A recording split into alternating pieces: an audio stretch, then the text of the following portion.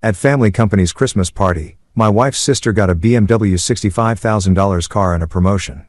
I got a $2 bill and a now jobless t-shirt. Everyone laughed, even my wife. I drove away. Then my wife's dad, the CEO, got an email. "Turn on the news," he shouted. What they all saw make them turn pale. You know how they say timing is everything? Well, whoever they are apparently never stood under a crystal chandelier worth more than most people's cars, watching their CEO father-in-law hand out Christmas presents like some twisted corporate Santa Claus. But there I was, nursing a whiskey sour that tasted like expensive regret, surrounded by enough fake snow to make a Disney movie jealous. The Whitmore Dynamics Christmas party was always a production. Gerald Whitmore didn't do anything halfway. Not mergers, not acquisitions, and definitely not holiday parties. This year's theme was Winter Wonderland meets corporate excellence, which basically meant they dumped a small country's GDP into making our glass atrium look like Elsa's fever dream. 20-foot Douglas fir in the center, imported from somewhere that probably required 3 different environmental permits. Fake snow machines working overtime, because God forbid we rely on the actual December weather outside. And that chandelier. Oh, that magnificent beast of crystal and pretension, hanging above us like a glittering sword of Damocles. I should have seen it coming. Should have read the room when Gerald kept glancing my way with that shark smile of his. Should have noticed how the conversations died when I walked up to the bar, or how Marla Knox from HR suddenly developed a fascination with her phone screen every time I passed. But no, I was too busy being the good company man, the loyal husband, the guy who built the backbone of this whole operation while everyone else played politics. Sophia looked radiant tonight, I'll give her that. Her silver cocktail dress caught the light just right, and she had that glow people get when they're exactly where they think they belong. She was over by the dessert station with her sister Tessa, both of them giggling like they were still in high school, instead of pushing 30. Tessa had this way of throwing her head back when she laughed, all dramatic and attention-seeking, like she was auditioning for a rom-com nobody asked for. "Ladies and gentlemen," Gerald's voice boomed through the sound system, cutting through the jazz quartet and the ambient chatter of 200 employees pretending to have fun. The man had a voice that could command a boardroom or sell ice to Eskimos, which, considering tonight's theme, felt oddly appropriate. If I could have your attention for just a moment, the crowd turned toward the makeshift stage they'd set up near the tree. Gerald stood there in his $1,000 suit, looking every inch the benevolent patriarch of our little corporate family. Behind him, a projector displayed the Whitmore Dynamics logo in festive red and green, because subtlety was apparently not on the company credit card. As we celebrate another record year, Gerald continued, his arms spread wide like he was blessing the masses. I want to take a moment to recognize the outstanding contributions of our team members. Record year, right.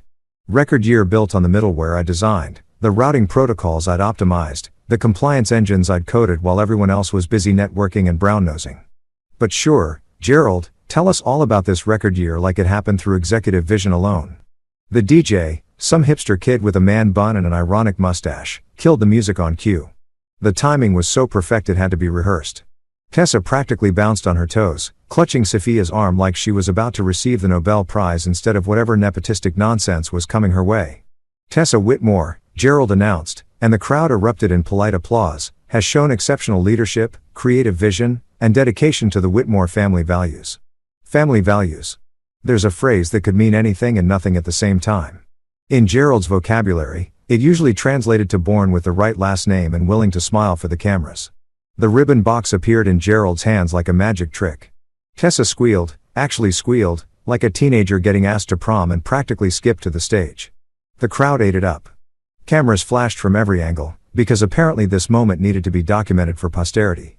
Or Instagram. Hard to tell the difference these days. Tessa opened the box with theatrical precision, gasping at the BMW key fob like she'd never seen luxury before, which was rich considering she'd been driving daddy's car since she was 16. But the crowd didn't know that. The crowd saw a young executive being rewarded for her hard work and innovative thinking. And with this promotion to Vice President of Brand Strategy, Gerald continued, his voice dripping with paternal pride, comes all the responsibilities and privileges that our senior leadership enjoys. VP of Brand Strategy, the girl who'd spent the last 6 months posting motivational quotes on LinkedIn and calling it market research was now a VP. The same girl who thought synergy was a type of yoga and pivot was something you did in basketball. But hey, family values, right? The confetti cannons went off like we were celebrating New Year's Eve, sending streams of gold and silver paper floating down like expensive dandruff. Some landed in my whiskey sour. I picked out a piece shaped like a star and flicked it onto the marble floor, where it joined about a million others. Sophia caught my eye from across the room and gave me that look. The one that said "be happy for my sister" mixed with "don't you dare make a scene." I raised my glass in a mock toast because what else was I supposed to do? Stand up and read my resume out loud? List every patent filing with my name on it? Explain to the room how the technology stack they were celebrating literally wouldn't exist without me? That's when Gerald's eyes found mine across the crowd. That predator smile spread across his face like oil on water, and I felt something cold settle in my stomach that had nothing to do with the air conditioning they were pumping through the vents to combat all that fake snow. "But wait," Gerald said, his voice taking on that game show host quality that rich people use when they think they're being charming. "There's one more gift to give out tonight." The crowd turned to follow his gaze, and suddenly, I was the center of attention. Great. Just fucking great. Conversation stopped mid-sentence. Even the catering staff paused with their silver trays, sensing drama in the air like sharks smelling blood. Gerald waved a gift bag in my direction, not wrapped like Tessa's box, just a plain bag from some high-end store. "Come on up here, son," he called out, and the sun dripped with just enough mockery to make sure everyone heard it but couldn't quite call him on it. I walked through the crowd like I was walking through molasses. Every step felt deliberate, measured, while conversations resumed in hushed whispers around me. I could hear fragments, "poor guy, saw it coming, about time," and realized that half the room knew what was happening before I did. Gerald handed me the bag with a flourish that probably looked generous from the back row but felt like a loaded gun up close. "Open it up," he encouraged, and the crowd pressed closer like they were watching a public execution. Which, in retrospect, they kind of were. Inside the bag, a crisp $2 bill and a black t-shirt folded with military precision. I lifted the shirt and shook it out, the fabric falling to reveal white block letters that might as well have been written in neon, "Now jobless." The laughter started somewhere in the back and rolled forward like a wave, gaining momentum as it hit the marble and bounced off the glass walls. It was the kind of laughter that feeds on itself, growing bigger and meaner with each echo. Even the jazz quartet stopped playing to stare. Sophia's laugh was the one that cut deepest, not because it was the loudest, though it was, but because of how she reached over to pat my chest afterward, like I was a good dog who'd just done a particularly amusing trick. "Oh honey," she said, loud enough for the nearest 20 people to hear. "You should have seen your face." I stood there holding that shirt, feeling 200 pairs of eyes on me, listening to laughter that sounded like breaking glass. Gerald watched me with the satisfaction of a man who'd just won a chess game he'd been playing for months.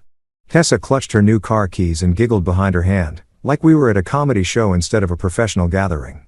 The smart play would have been to laugh along, to make some self-deprecating joke about finally having time for my hobbies, or "now Sophia can't complain about me working late," to turn their cruelty into crowd-pleasing humor and walk away with whatever dignity intact. Instead, I folded that shirt with the same careful precision Gerald's people probably used to plan this little performance. Placed it back in the bag. Closed the top. Took a breath that felt like swallowing glass. "Thank you," I said, loud enough for the room to hear, but quiet enough to sound sincere. "This is exactly what I needed."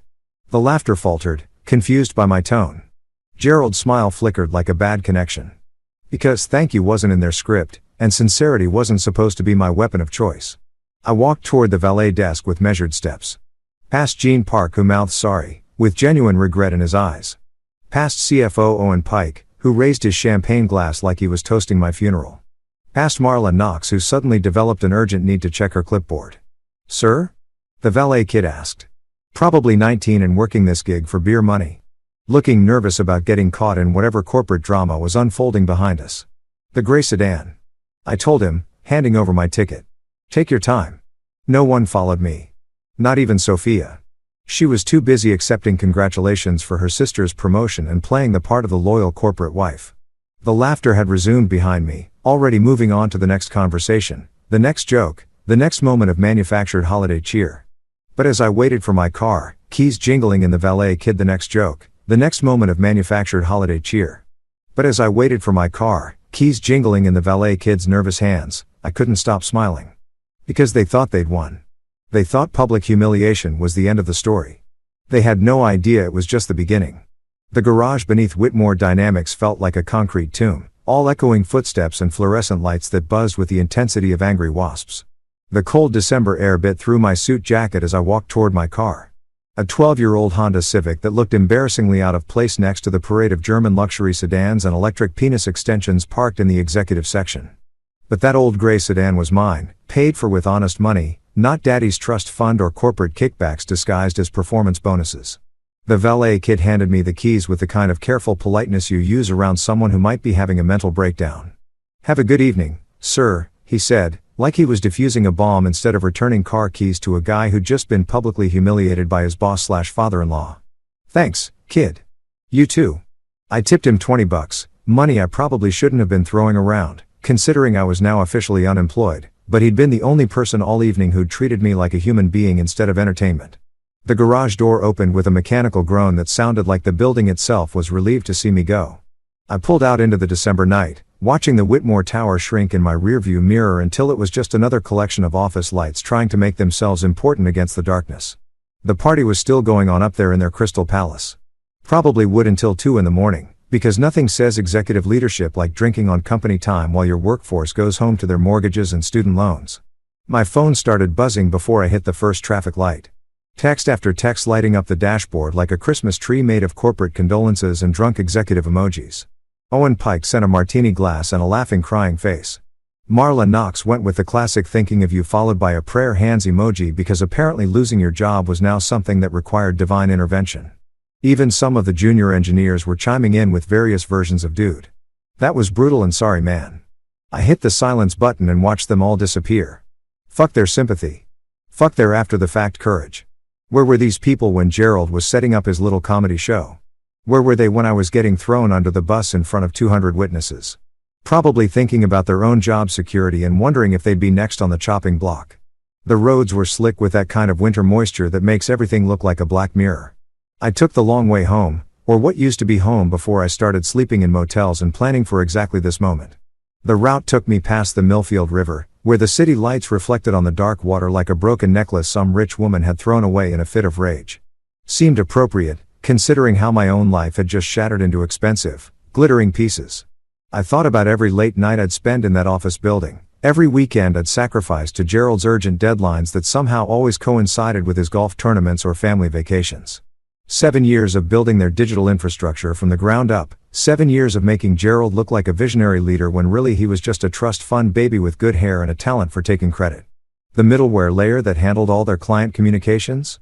Mine. The routing protocols that kept their data flowing smoothly between departments? Also mine. The compliance audit engine that Gerald loved to brag about during federal contract negotiations? Surprise. That masterpiece came from my keyboard too, coded during a particularly inspired bout of insomnia while Sophia complained about me working too much. Family excellence. Gerald had called it during his presentation to the Pentagon. Family excellence. Like the Whitmore gene pool had somehow produced technological innovation through pure bloodline superiority instead of relying on the contractors they treated like disposable assets. I stopped at a red light next to a bus stop where someone had graffitied "Eat the Rich" in dripping red letters.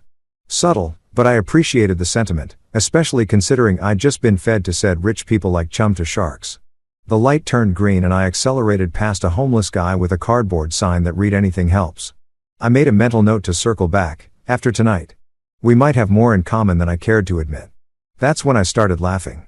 Not the polite corporate chuckle I'd perfected over the years, but real laughter that started in my chest and bubbled up like champagne shaken too hard. Because they thought they'd broken me. They thought public humiliation and a joke t-shirt were the end of my story. Gerald probably went to bed tonight feeling like he taught me a valuable lesson about knowing my place in the pecking order.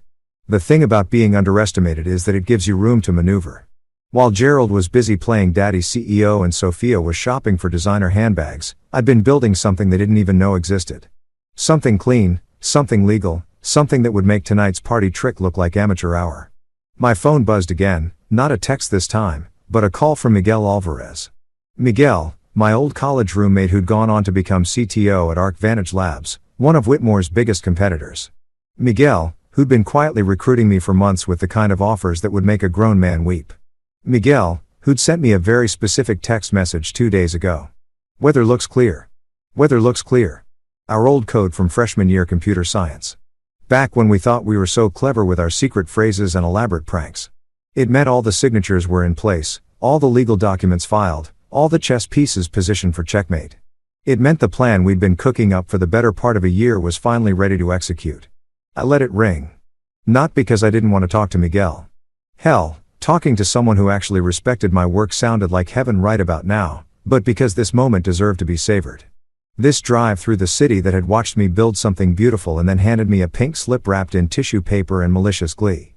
The radio was playing some generic holiday music, the kind of sanitized Christmas cheer that sounds like it was focus grouped to death. I switched it off and drove in silence, listening to the hum of my engine and the whisper of tires on wet asphalt. The city looked different tonight, like I was seeing it through new eyes, clearer eyes that weren't clouded by loyalty or false hope or the desperate need to belong somewhere that never wanted me in the first place. I passed the Thai place where Sophia and I used to go for date nights, back when she actually wanted to spend time with someone who worked for a living instead of inherited it. Past the coffee shop where I'd had my first interview with Gerald, back when he was still pretending to care about qualifications instead of just looking for someone smart enough to build his empire and naive enough not to ask for equity. 7 years. 7 fucking years of giving that company everything I had. Every innovative idea. Every breakthrough moment. Every late night epiphany that moved their stock price another few points north. And what did I have to show for it?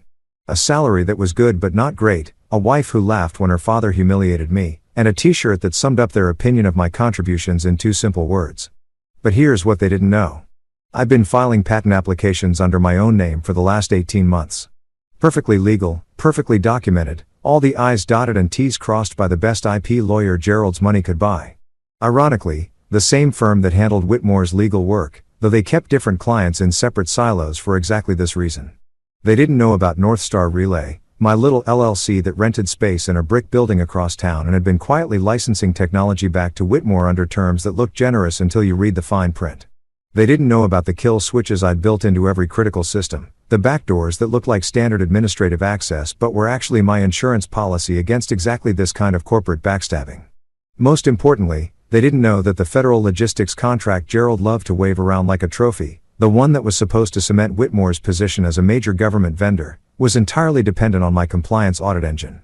The engine that ran on a temporary license that expired at midnight on December 31st unless certain payment and security requirements were met. Requirements that, according to my very careful documentation, Whitmore had been failing to meet for the past 6 months. I pulled into the parking lot of a 24-hour diner that specialized in grease and regret, the kind of place where truck drivers and night shift workers went to carb load before facing another shift of American capitalism. The neon sign flickered between open and op-ed, which felt like a metaphor for something, but I was too emotionally exhausted to figure out what. My phone lit up again, this time with a text from Sophia. "Where did you go? People are asking. People are asking. Not, I'm worried about you. Or are you okay? Or even, what the hell just happened back there? Just concern about what people might think if the guest of honor at their little humiliation party had the audacity to leave early." I typed and deleted a dozen responses. Everything from the honest truth about what I really thought of her family to elaborate explanations of why I couldn't stay and watch them celebrate my professional execution. In the end, I went with something simple: needed some air, see you at home, except I wouldn't be going home. Home was a mortgage on a house I couldn't afford without a job, shared with a wife who'd just proven that blood was thicker than marriage vows. Home was a collection of furniture and memories that belonged to a different version of me. The version that still believed hard work mattered more than birthright. That loyalty was a two-way street. That family meant something beyond shared DNA and financial convenience. Instead, I was going to drive to that brick building across town and make sure everything was ready for tomorrow's news cycle. Because if Gerald wanted to play games, I was about to show him what happened when you humiliated someone who'd spent 7 years learning all your secrets and building all your weapons. The funny thing about being stabbed in the back is that it clarifies everything. All those moments of doubt. All those times I'd wondered if I was being paranoid or oversensitive. All those little slights and overlooked contributions suddenly made perfect sense. They'd never seen me as family. They'd seen me as a useful tool. And now that they thought they didn't need me anymore, they were throwing me away with about as much ceremony as you'd give a broken stapler. But tools work both ways. And tomorrow morning, they were going to learn the difference between owning someone and needing them. I started the engine and pulled back onto the road, leaving the diner's neon glow behind me as I headed toward the future I'd been building in secret. The party was over, but the real show was about to begin. The parking lot of 1247 Industrial Way looked like the kind of place where dreams go to die. Cracked asphalt, weeds growing through concrete, and a flickering streetlight that probably hadn't been serviced since the Clinton administration. But that shitty little brick building was about to become ground zero for the most expensive lesson Gerald Whitmore had ever received, and the best part was that he'd paid for it himself, through 7 years of my generous salary. I slid my keycard through the reader. Yeah, That's right, keycard access to a building that looked like it should be condemned, and listened to the satisfying beep that meant I was home. Not home like the McMansion I'd been sharing with Sophia and her collection of throw pillows that cost more than most people's rent, but home like a place where I could finally stop pretending to be someone else's idea of success. The lobby, and I use that term loosely, consisted of a folding table, a dying rubber plant that I'd named Wilson after the volleyball and Castaway, and a motivational poster someone had left behind that read teamwork, because sometimes you can't do it all yourself. Ironic, considering I'd spent the last year doing exactly that while Gerald took credit and Sophia planned shopping trips to celebrate our achievements. North Star Relay LLC occupied exactly 2 rooms and a server closet on the second floor of this architectural masterpiece. Room 1 was what I generously called the conference area. A card table, 2 mismatched chairs from a garage sale, and a whiteboard covered in coffee stains and the kind of brilliant scribbles that only make sense at 3 in the morning when you're hopped up on energy drinks and pure spite. Room 2 was the development lab, which sounded way fancier than the place where I kept my good computer and a mini fridge full of Red Bull. But it was the server closet that made this whole operation worthwhile. Behind a door marked, "Authorized personnel only," because I had a sense of humor about these things. A rack of humming hardware connected to fiber optic cables that would make NASA jealous. This wasn't some hobbyist setup cobbled together from Amazon Basics. This was enterprise-grade equipment that I'd been accumulating piece by piece, always paying cash, always keeping the receipts, always making sure everything was legal and traceable and absolutely fucking bulletproof. The smell hit me as soon as I opened the closet door. Ozone from the servers, that metallic tang of solder from late-night hardware modifications, and just a hint of the vanilla air freshener I'd hung up to mask the fact that I'd been practically living here for months. Home sweet home, population, me and about 50,000 lines of code that were about to change everything. I powered up the main workstation and watched the screens come alive with the kind of beautiful chaos that only a systems architect could appreciate. Network diagrams that looked like electronic spider webs, database schemas that would make a mathematician weep, and monitoring dashboards that tracked every heartbeat of every system running Whitmore's precious empire. Because here's the thing about being the guy who builds the foundation. You get to decide exactly how strong that foundation really is. The corkboard above my desk told the whole story in 4 neat rows of paper. Patent application 847,291A, distributed middleware communication layer with adaptive load balancing. Patent application 847,291B. Resilient network routing protocol with autonomous failure detection. 87,291B, resilient network routing protocol with autonomous failure detection. Patent application 847,291C, real-time compliance audit engine for federal contract verification. And my personal favorite, patent application 847,291D. Machine identity vault with cryptographic chain of custody. All filed under my name. All assigned to North Star Relay. All perfectly, absolutely, completely legal under the intellectual property clauses buried in page 37 of my employment contract. Clauses that Gerald's lawyers had written to protect Whitmore from employee theft, not realizing they'd created a loophole big enough to drive a fucking semi-truck through. See, when you write IP protections that say, work product developed using company resources becomes company property, you better make damn sure you define what constitutes company resources. And when the employee in question has been working nights and weekends in his own lab, using his own equipment, solving problems that the company never officially asked him to solve. Well, that's when things get interesting from a legal standpoint. I've been documenting everything for 18 months. Every email thread where Gerald pushed back my resource requests. Every budget meeting where they cut my team's funding while increasing marketing's budget for brand awareness initiatives, aka Tessa's Instagram consulting fees. Every security audit I'd recommended that got shelved because we'll deal with that next quarter. Every time they told me to make do with what I had while they bought themselves new offices and executive retreats to align on strategic vision. Priya Desai, my lawyer, had reviewed every filing, every assignment document, every licensing agreement with the kind of thoroughness that made her worth every penny of her ridiculous hourly rate. It's airtight. She told me last week over coffee in her downtown office that probably cost more per square foot than most people's apartments. They've been licensing your technology for months without knowing it. The moment they breach payment or security covenants, you can revoke access entirely. And oh, had they breached those covenants? The security requirements alone were like a greatest hits collection of corporate negligence.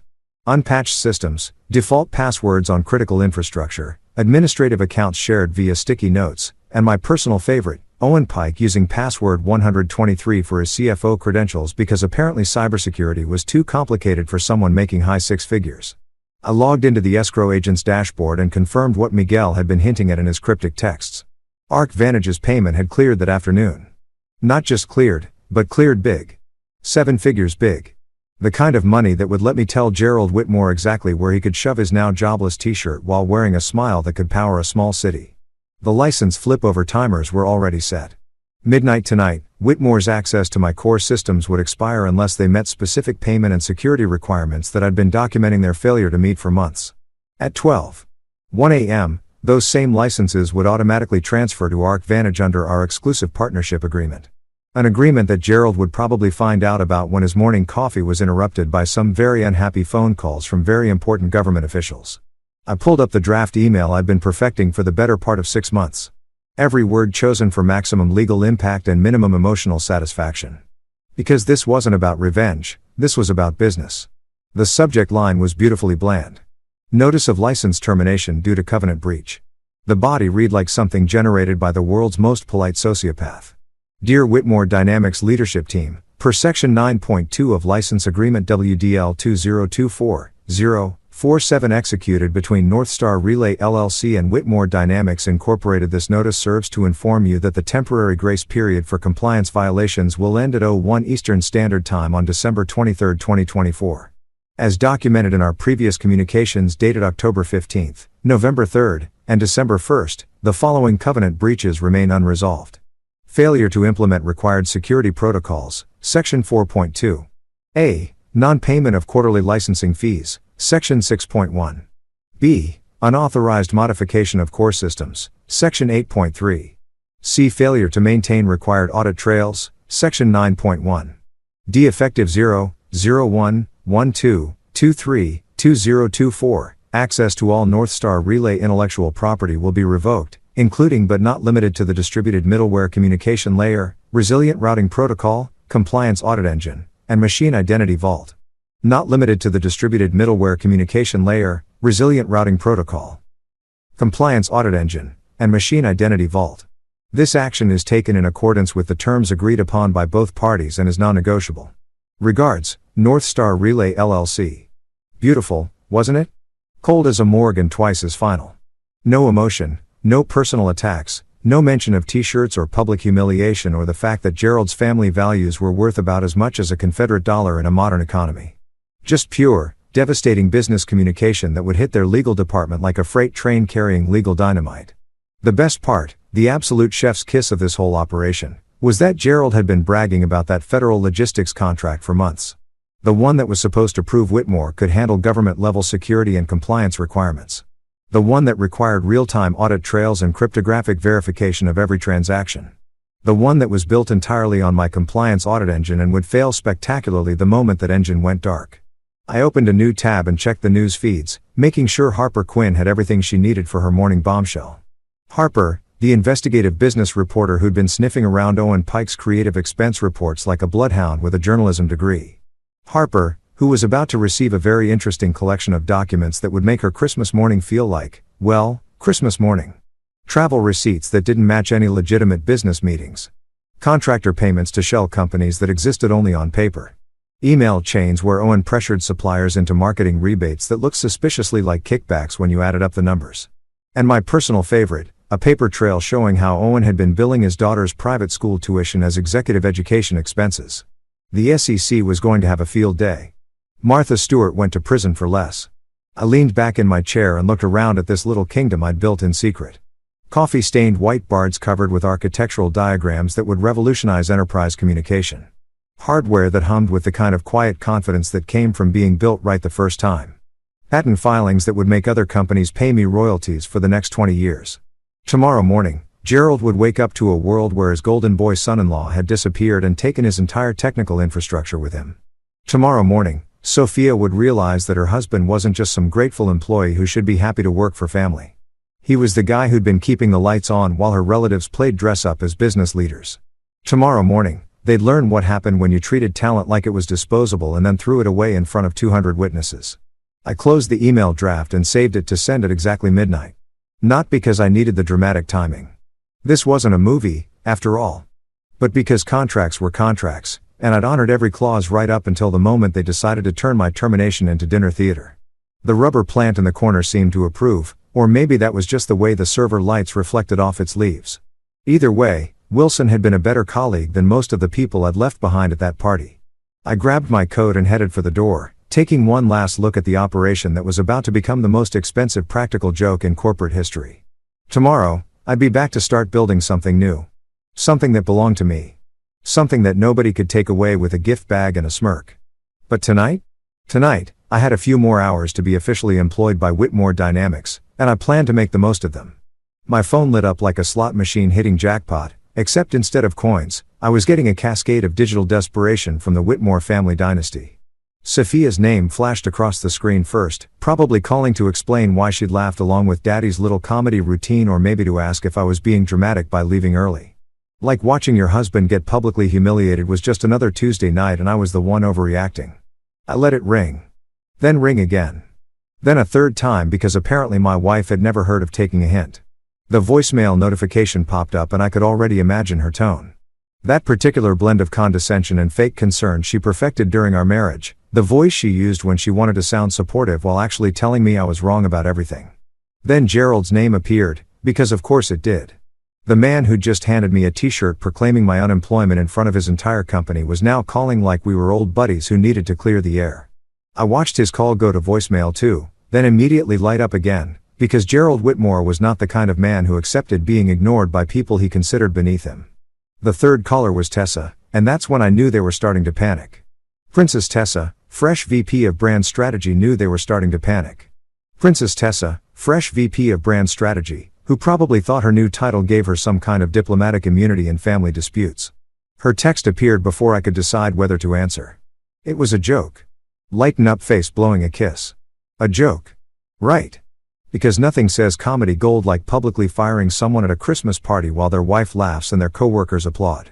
Ha fucking ha, Tessa. Maybe for your next joke, you can explain that one to the SEC when they start asking questions about your well-deserved promotion and whether it had anything to do with actual qualifications or just happened to coincide with your last name. I turned off all notifications and watched my phone go silent for the first time in years. Amazing how peaceful life could be when you stopped letting other people's emergencies become your problems. No more late-night calls from Gerald demanding I fix whatever his latest hire had broken. No more texts from Sophia complaining that I worked too much while simultaneously expecting me to maintain our lifestyle on a salary that was good but not good.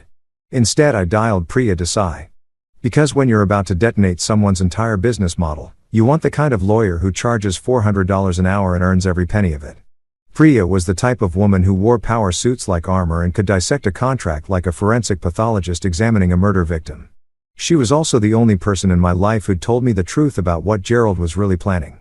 "I've been waiting for your call," she said before I could even identify myself.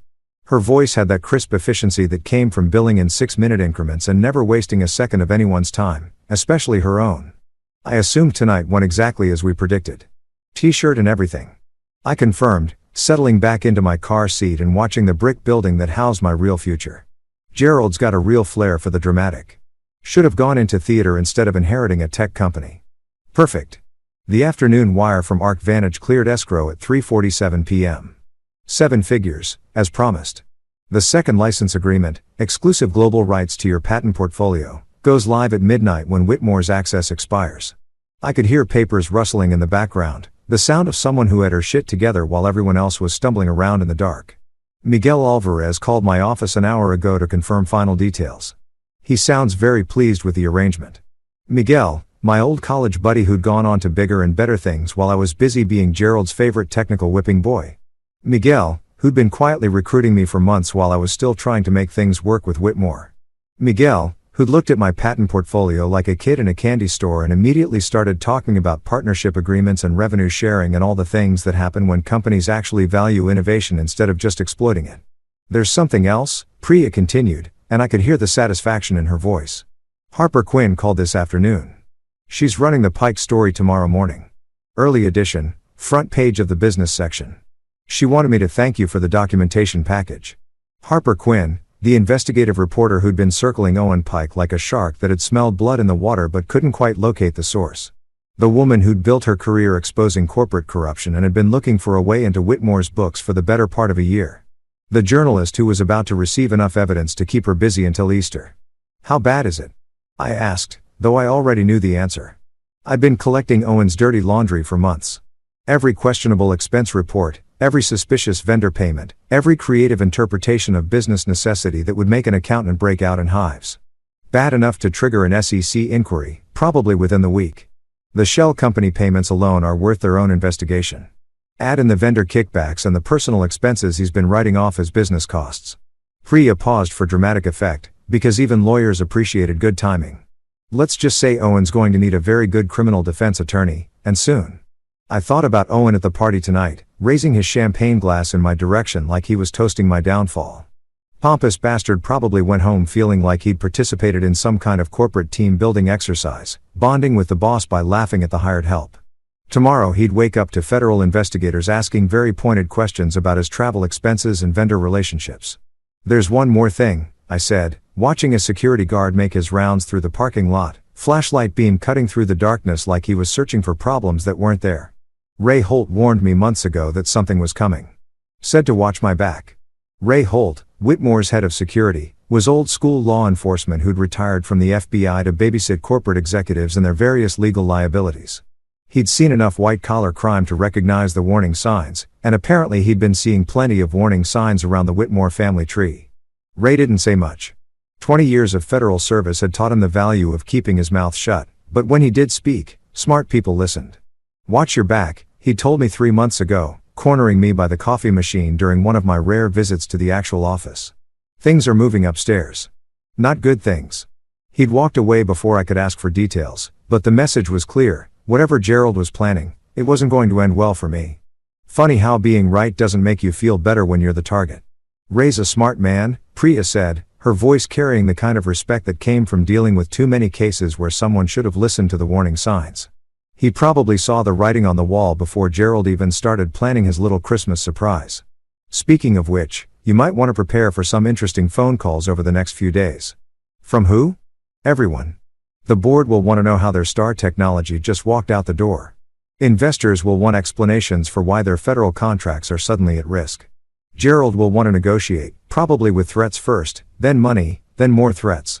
And Sophia, she paused, and I could practically hear her choosing her words carefully. Well, that's between you and your marriage counselor. Marriage counselor? Right.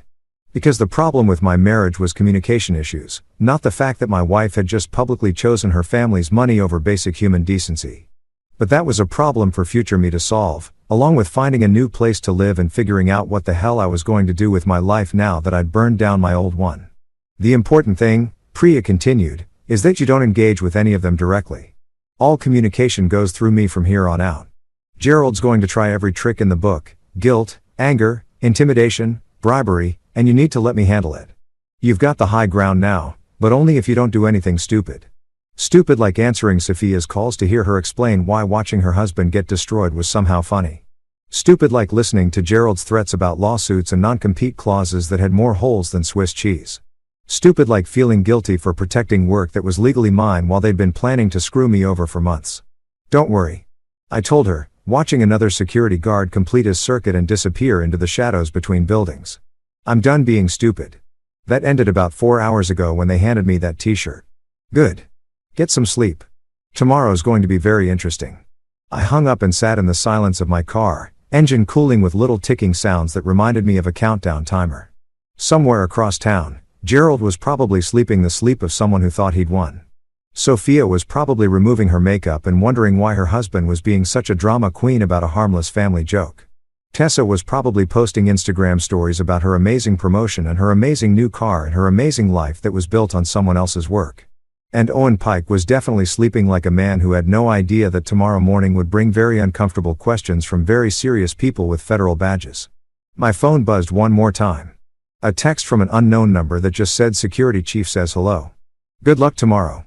Ray Holt, checking in from whatever burner phone security professionals used when they wanted to send messages that wouldn't show up in corporate discovery requests. I smiled and typed back. Tell the chief, thanks for the heads up. Storm's coming. Then I started the car and drove toward my motel, leaving behind the brick building that would tomorrow become the most important address in Gerald Whitmore's rapidly deteriorating life.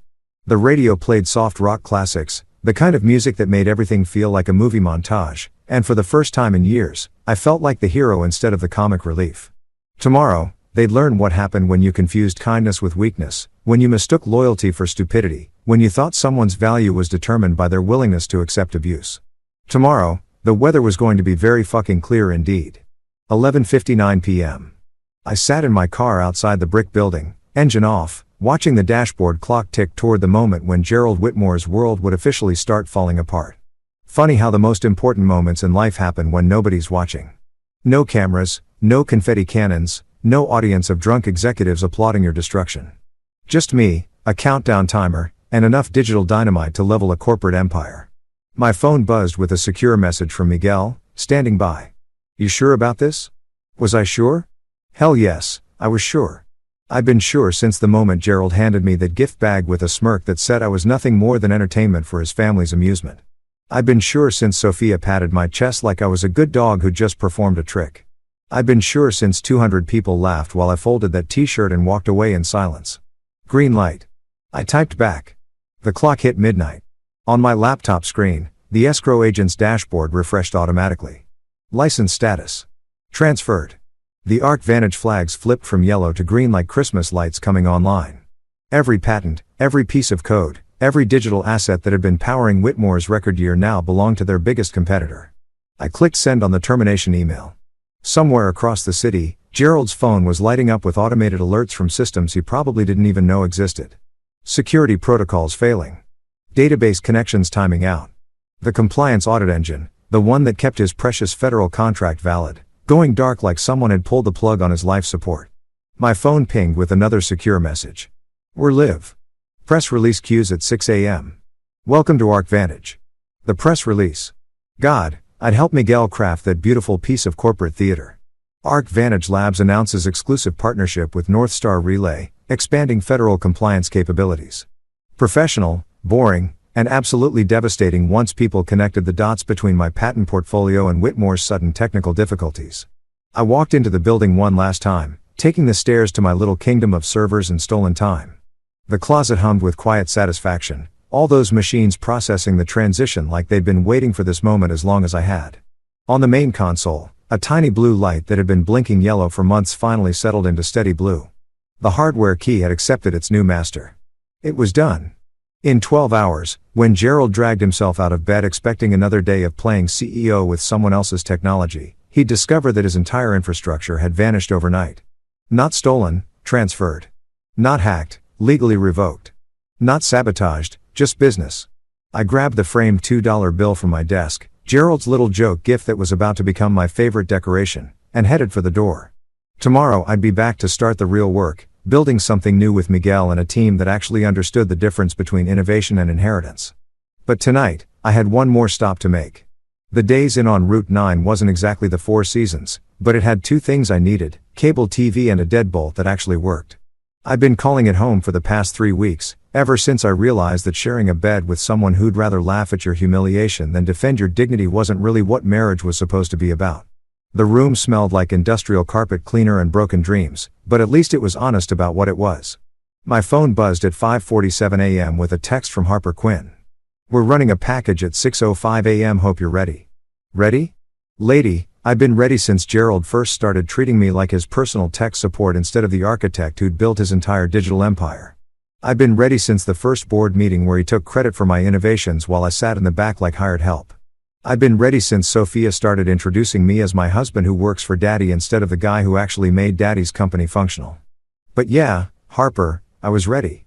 I made coffee with the little machine that probably hadn't been cleaned since Bush was president, the first Bush, and settled in to watch the morning news like it was the Super Bowl and Christmas rolled into one beautiful, career-destroying package.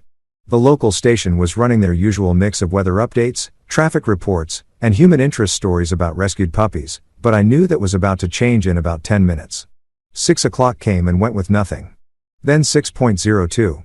Then 6.03. I started wondering if Harper had chickened out, if maybe Gerald's lawyers had gotten to her editor, if maybe this was all going to fizzle out like a wet firecracker on the 4th of July. Then, at 6:05 a.m. exactly, the screen flashed breaking news in letters big enough to read from space. Good morning, this is Jennifer Walsh with Channel 7 News. We're following breaking developments in a story that could have major implications for federal contracting and corporate governance. Whitmore Dynamics, the technology company that recently secured a major logistics contract with the Pentagon, is facing what sources are calling a compliance crisis following the sudden revocation of critical software licenses.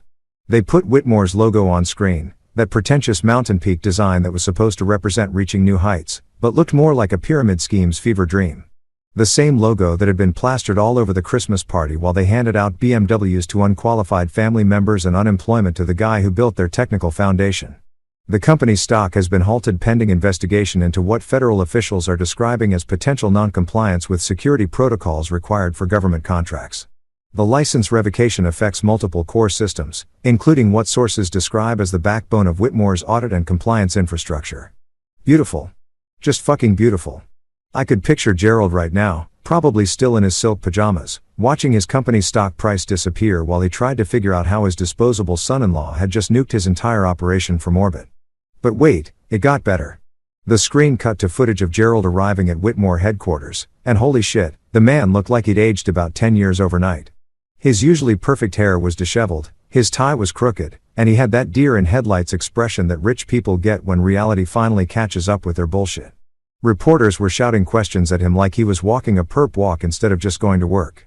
Mr. Whitmore, can you comment on the license termination? Sir, how will this affect your federal contracts? What's your response to allegations of security violations? Gerald pushed through the crowd with the kind of forced smile that politicians use right before they resign in disgrace, muttering something about looking into the situation and confident in our legal position. Translation: we're fucked and we have no idea how it happened. Then Jennifer Walsh was back and she had that gleam in her eye that news anchors get when they know they're about to drop a bombshell that'll have everyone talking around the water cooler. But that's not the only story developing at Whitmore Dynamics this morning. Channel 7's investigative team has obtained internal documents suggesting a pattern of questionable financial practices involving Chief Financial Officer Owen Pike. And there it was. Harper's masterpiece, complete with document graphics and everything. Travel expenses that would make a Saudi prince blush. Vendor contracts with shell companies that existed only on paper, email chains showing Owen pressuring suppliers into marketing rebates that looked suspiciously like kickbacks when you added up the numbers. My personal favorite was the graphic showing Owen's daughter's private school tuition being billed as executive education expenses, because apparently learning advanced finger painting at Manhattan Prep Academy was crucial to Whitmore's corporate strategy. The Securities and Exchange Commission has announced a preliminary inquiry into these allegations, with sources suggesting that a formal investigation could be launched as early as next week. I actually laughed out loud. Not the polite chuckle I'd been using for 7 years of corporate meetings, but real laughter that started in my chest and bubbled up like champagne. Owen Pike, the same pompous asshole who'd raised his glass to toast my humiliation, was about to become very familiar with federal prison cuisine. My phone started blowing up. Not with calls this time. Apparently they'd finally figured out that I wasn't answering, but with texts that read like a Greek chorus of corporate panic. Up. Not with calls this time. Apparently they'd finally figured out that I wasn't answering, but with texts that read like a Greek chorus of corporate panic. Gene Park. They're pale as paper. Systems are degrading. Emergency board meeting in 1 hour. Some random engineer from the networking team. Dude. Everything's falling apart. Half the servers are throwing errors. Even Marla Hour, Gerald screaming, Owen sweating, Tessa crying, the same Tessa who'd squealed with delight over her unearned BMW and undeserved promotion was now crying because Daddy's empire was crumbling faster than a sandcastle at high tide. The same Tessa who texted me to lighten up about her family's little joke was probably realizing that jokes have consequences when you're dealing with someone who knows where all the digital bodies are buried. The news switched to footage of Arc Vantage Labs, and there was Miguel looking calm and professional in his navy blue suit, standing next to a banner that read, Innovation Through Partnership. The reporter was asking him about his company's strategic acquisition of critical compliance technology, and Miguel was giving all the right answers about excited to serve federal clients and committed to the highest security standards. Everything Whitmore had failed to do, everything Gerald had been too arrogant to prioritize, everything they'd assumed would just keep working because it always had. Miguel was promising to do it right. With my technology. With my patents. With my expertise, properly valued and legally protected. The partnership with North Star Relay represents a significant expansion of Arc Vantage's federal compliance capabilities, Miguel was saying, and I could see him fighting to keep a straight face. We'd practiced this interview 3 times, and every run-through had ended with both of us cracking up like teenagers pulling off the perfect prank. Except this wasn't a prank. This was business. This was what happened when you treated innovation like inheritance and assumed that smart people would always be grateful for whatever scraps you threw them. This was what happened when you confused loyalty with stupidity and thought public humiliation was an appropriate management technique. The segment ended with stock footage of federal buildings and serious voice narration about increasing scrutiny of government contractors and the importance of corporate governance in sensitive industries. Translation: Gerald's about to become very popular with regulatory agencies, and not in a good way. I poured another cup of terrible coffee and checked the market futures. Whitmore Dynamics was down 18% in pre-market trading, with more bad news probably on the way once word got out about the full scope of their technical difficulties.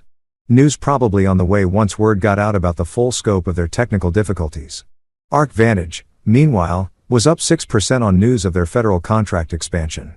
My phone buzzed with one more message, this one from Sophia. What did you do?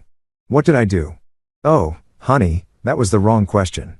The right question was, what took me so long to do it? I stared at her message for a long time, thumb hovering over the keyboard while I composed and deleted about 15 different responses. Everything from detailed explanations of intellectual property law to simple statements of fact about who actually built what. In the end, I went with something that captured exactly how I felt about 7 years of being taken for granted while she shopped for furniture with money I'd earned and she'd never respected. I stopped letting people laugh while standing on my work. Send. Then I turned off my phone, cranked up the TV volume, and settled in to watch Gerald Whitmore learn the most expensive lesson of his privileged life. The coffee was still terrible, the motel room still smelled like industrial despair, and my marriage was probably over. But for the first time in years, I felt like the person I used to be before it started apologizing for being good at my job. And that, as they say in the business world, was priceless. Here's the beautiful thing about corporate meltdowns. You don't need to be in the room to know exactly what's happening. Panic has its own language, and when a company's entire technical infrastructure disappears overnight, that language becomes very fucking loud very fucking fast. I was sitting in a Denny's at 9 a.m., working through a stack of pancakes that tasted like cardboard soaked in corn syrup, when the first wave of intelligence started rolling in. Marla Knox from HR, the same woman who'd pretended not to see me at the party, was suddenly my new best friend via text message. Gerald screaming at IT. Owen sweating through his shirt. Tessa locked in her office crying. Emergency board meeting started 20 minutes ago. Screaming at IT. Of course he was. Because when your entire business model evaporates overnight, the natural response is to yell at the 22-year-old help desk guy like it's his fault that daddy's golden goose just flew the coop.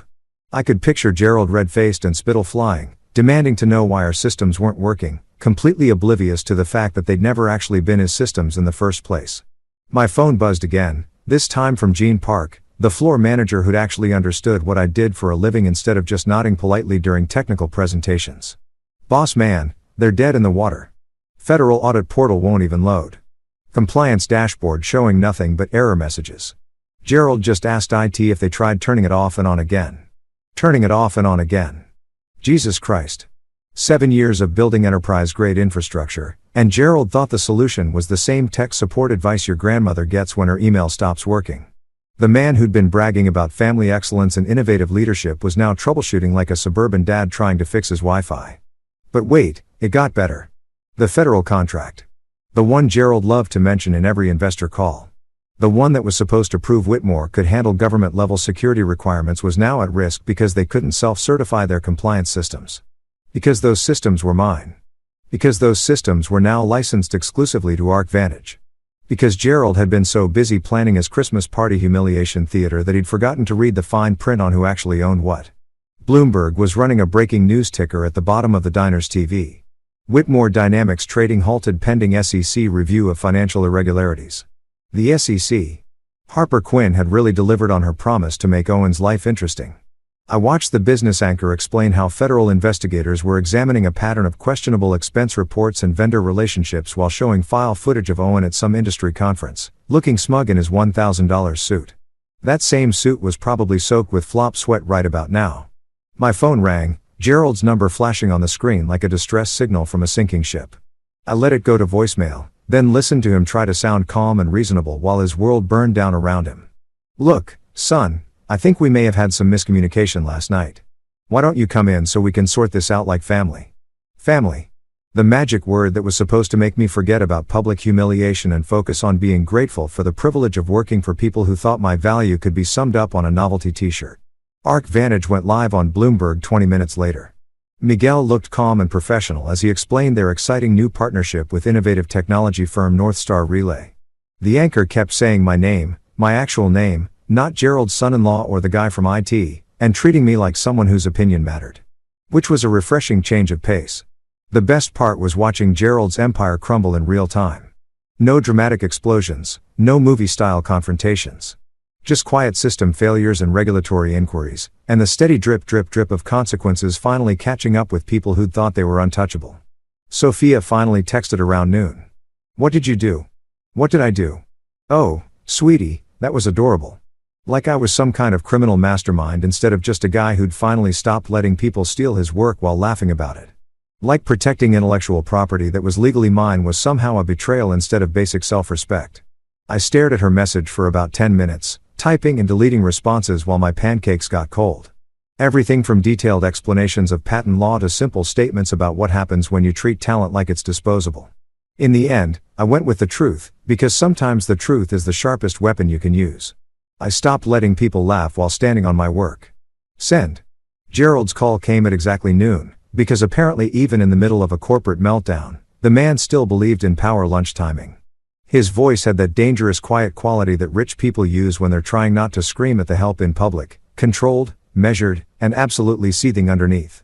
"You come here now," he said, not bothering with pleasantries or even basic human decency. Just a command from the lord of the manor to his rebellious peasant, because Gerald Whitmore didn't make requests. He gave orders and expected them to be followed by people who knew their place in his carefully constructed hierarchy. "No," I said, and the silence that followed was so complete I could practically hear his brain short-circuiting. "But I'll meet you in the lobby in an hour. Bring your lawyer."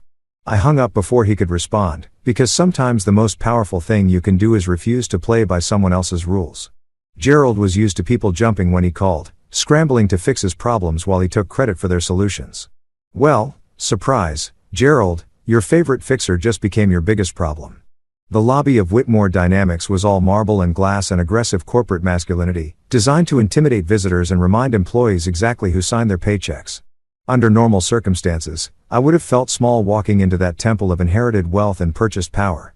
Today, I felt like David walking into Goliath's neighborhood with a slingshot and absolutely nothing left to lose. Priya Desai arrived 10 minutes before me, looking like the kind of lawyer who charged $400 an hour and earned every penny through pure competence and calculated ruthlessness. She carried a slim folder that contained enough legal documentation to end Gerald's career and probably his legacy, all organized with the precision of someone who'd built her reputation on making powerful men very uncomfortable.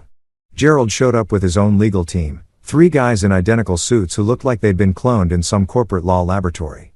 Behind them shuffled Owen Pike, looking like a man who'd spent the morning getting acquainted with federal investigators and their very pointed questions about creative accounting practices. Bringing Owen was a tactical error, but Gerald had always confused intimidation with strategy. "This is what's going to happen," Gerald started, trying to project the same authority that worked on board members and government contractors. "You're going to undo whatever technical tantrum you threw last night. We're going to pretend this never happened. And maybe, we'll discuss bringing you back at a reduced salary." A reduced salary. This fucking guy. His entire company was circling the drain, federal investigators were probably setting up camp in his CFO's office, and he was still trying to negotiate from a position of strength he didn't have. "Counteroffer," I said, opening Priya's folder and laying out the documents like I was dealing cards in a poker game where I held all the aces. "You acknowledge that I own the patents for every piece of technology, keeping your company operational. You admit that you've been in breach of licensing agreements for 6 months. And you stop pretending this is about family loyalty instead of corporate theft. Patent applications. License agreements. Payment default notices. Security breach reports that I'd been filing for months while they ignored every recommendation. Cease and desist orders that had already been served." The paper trail was so complete it could have been used as evidence in business school about how not to manage intellectual property. Gerald's face went through about 15 different colors before settling on a shade of pale that matched the marble floors where his employees had laughed at my humiliation just 12 hours earlier. That's when Tessa stumbled in mascara smudged like she'd been crying for hours, looking like a kid who'd just learned that actions have consequences. "Can't you just make this go away?" she pleaded, and the desperation in her voice was almost enough to make me feel sorry for her. Almost. Make what go away, Tessa? The patents I filed legally? The contracts your father breached? The federal investigation into your CFO's creative bookkeeping? Or just the fact that your family thought you could humiliate me and I'd keep building your empire for free? Sophia appeared behind them like a ghost at her own funeral, still wearing that silver dress from the party because apparently crisis management didn't require a costume change. Her arms were folded across her chest in that defensive posture she used when she knew she was wrong but wasn't ready to admit it. We're family. Gerald tried one more time, like magic words that would undo 18 months of careful legal preparation. No, I said, standing up from the marble bench where they'd probably imagined I'd beg for forgiveness. We're not.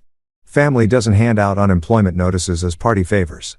Family doesn't laugh while you destroy someone's career for entertainment.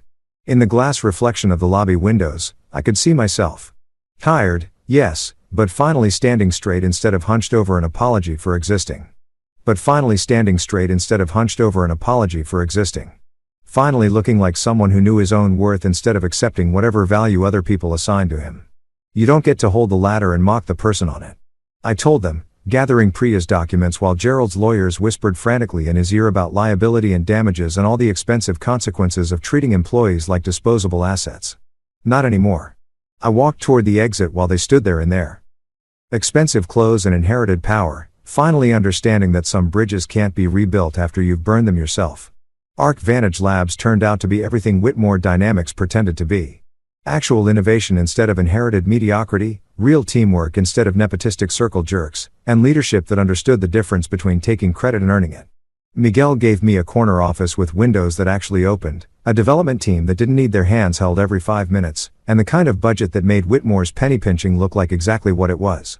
Rich people being cheap with other people's talent. The lab itself was beautiful in its simplicity. Clean workstations, state-of-the-art hardware, and coffee that didn't taste like it had been filtered through someone's gym socks. No fake snow machines or crystal chandeliers or motivational posters about synergy. Just smart people doing smart work and getting paid what they were actually worth.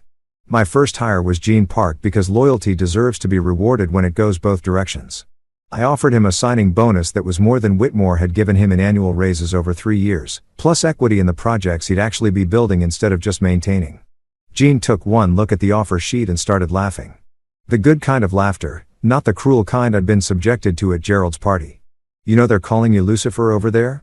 Gene told me during his first week, setting up his workstation with the kind of care that comes from finally having tools that match your skill level. Marla from HR keeps talking about how you betrayed the family trust. Family trust. Right. Because trusting your family not to publicly humiliate you was apparently too much to ask, but expecting you to keep building their empire after they treated you like garbage was just natural family dynamics. We started a helpline for smaller vendors who'd been getting squeezed by Owen's kickback schemes. Companies that had been forced to choose between paying bribes disguised as marketing fees or losing their Whitmore contracts entirely. Turned out there were a lot of them, and they all had stories about Owen's creative interpretation of ethical business practices. My apartment above Rossetti's cafe was nothing fancy, 1 bedroom, a kitchen the size of a closet, and a view of the alley where they kept the dumpsters. But it was mine, paid for with clean money, and the old Italian couple who ran the cafe downstairs made the kind of coffee that actually improved your day instead of just keeping you awake. Mrs. Rossetti had adopted me like a stray cat, bringing up leftover cannoli and asking why a nice young man like me was living alone instead of with that pretty wife from the pictures. I stopped showing her pictures of Sophia after the divorce papers were filed. Harper Quinn won a state journalism award for her series on Whitmore's financial irregularities. The ceremony was covered on local news, and I watched from my little apartment while eating takeout Chinese and feeling genuinely proud of someone else's success for the first time in years. She'd taken my documentation and turned it into the kind of investigative masterpiece that actually changed things. Owen was facing federal charges, Gerald was dealing with shareholder lawsuits, and Whitmore Dynamics was hemorrhaging clients faster than a punctured pipeline. Late at night, I'd tape Gerald's $2 bill above my desk, not as a reminder of being hurt, but as a measuring stick. Never again would I accept less than my actual value. Never again would I build someone else's empire while they handed out BMWs to unqualified family members and unemployment notices to the people who actually did the work. Priya introduced me to a pro bono clinic downtown where small business founders came for help protecting their intellectual property from exactly the kind of corporate theft I'd spent 7 years enabling. Twice a month, I'd volunteer to review contracts and patent filings, helping other people avoid the mistake I'd made of trusting family to treat you like family. Because sometimes the best revenge isn't personal, it's making sure the next guy doesn't get screwed the same way you did. 1 year later, I was hosting my own Christmas party in the Arc Vantage Lab, and holy shit, what a difference a year makes when you're surrounded by people who actually deserve to be there. Miguel brought his famous tamales, the ones his grandmother taught him to make before she died, not some catered nonsense from a company that charged by the fancy napkin. Jean had somehow managed to rig the coffee machine to dispense hot chocolate, because apparently being a networking genius also made you a beverage wizard. Priya showed up with a bottle of champagne that cost more than most people's car payments, and Harper Quinn brought her journalism award because she was proud of it and wanted to share the moment with people who'd helped make it possible. Even Mrs. Rossetti from downstairs had joined us, carrying a tray of her legendary cannoli and complaining in her thick Brooklyn accent about how we were all too skinny and needed to eat more. "You boys work too hard," she kept saying, forcing second helpings on everyone while the news played softly in the background. It was the kind of Christmas gathering that actually felt like celebration instead of corporate theater. Real laughter instead of the performative bullshit I'd endured at Whitmore's Crystal Palace. People who were there because they wanted to be, not because their paychecks depended on it. That's when the breaking news alert cut through our conversation like a knife through wrapping paper. Whitmore Dynamics to be acquired in distress sale following year-long compliance crisis and federal investigation. Stock down 73% from pre-crisis highs. The room went quiet except for the soft hum of servers and Miguel's barely suppressed snort of laughter. On screen, they were showing file footage of the Whitmore building, the same glass tower where I'd spent 7 years building other people's dreams while they planned my destruction. Catastrophic dependency on revoked intellectual property licenses, the anchor was saying, reading from notes like she was delivering someone's obituary. Regulatory penalties have frozen the company's federal contracting pipeline, while ongoing SEC investigations into financial irregularities have spooked investors and triggered multiple shareholder lawsuits. My phone buzzed with a group text to the old Whitmore family thread, the one I'd forgotten to leave because, honestly, I'd been too busy succeeding to remember they existed. Gerald had written, "Turn on the news." I pictured them sitting in that marble atrium where they'd laughed at my expense 12 months ago. The same floor that was probably now reflecting a row of gray faces as they watched their empire get sold off piece by piece to pay for Gerald's mistakes and Owen's legal fees. The same chandelier that had sparkled above their cruel laughter now lighting up their corporate funeral. Tessa was probably crying again. Real tears this time. Not the fake drama she'd performed when her unearned promotion couldn't protect her from the consequences of treating people like entertainment. Sophia was probably wondering if she should have defended her husband instead of her family's money. But that ship had sailed the moment she chose to laugh instead of stand up. I looked at the tiny $2 bill in its frame on my desk. Gerald's joke gift that had become my favorite reminder of exactly how much I was worth to people who thought net worth was the only worth that mattered. That wrinkled piece of legal tinder had watched me build something real, something mine, something that nobody could take away with a gift bag and a smirk. Miguel raised his champagne glass in a toast that felt nothing like Owen Pike's mocking gesture from that awful night. "To building things that last," he said, and everyone clinked glasses while the TV droned on about distressed sales and federal penalties and the spectacular fall of people who'd confused inheritance with intelligence. Harper was grinning like she'd just won the lottery. "You know what the best part is?" she said, gesturing at the screen where financial analysts were dissecting Whitmore's collapse with surgical precision. "They are using your patents as case studies in business schools now. How to protect intellectual property and corporate partnerships. You're literally teaching the next generation how not to get screwed." Mrs. Rossetti patted my shoulder with flour-dusted hands and said something in Italian that I'm pretty sure translated to "good for you, kid." She'd never understood exactly what I did for a living, but she understood the difference between people who worked for what they had and people who just expected it to be handed to them. I didn't need their applause anymore. Didn't need Gerald's approval or Sophia's validation or Tessa's fake friendship. I had something better. A team that respected my work, a future I'd built with my own hands, and the satisfaction of knowing that they'd finally learned what value looks like. It just took destroying their lives to teach them the lesson.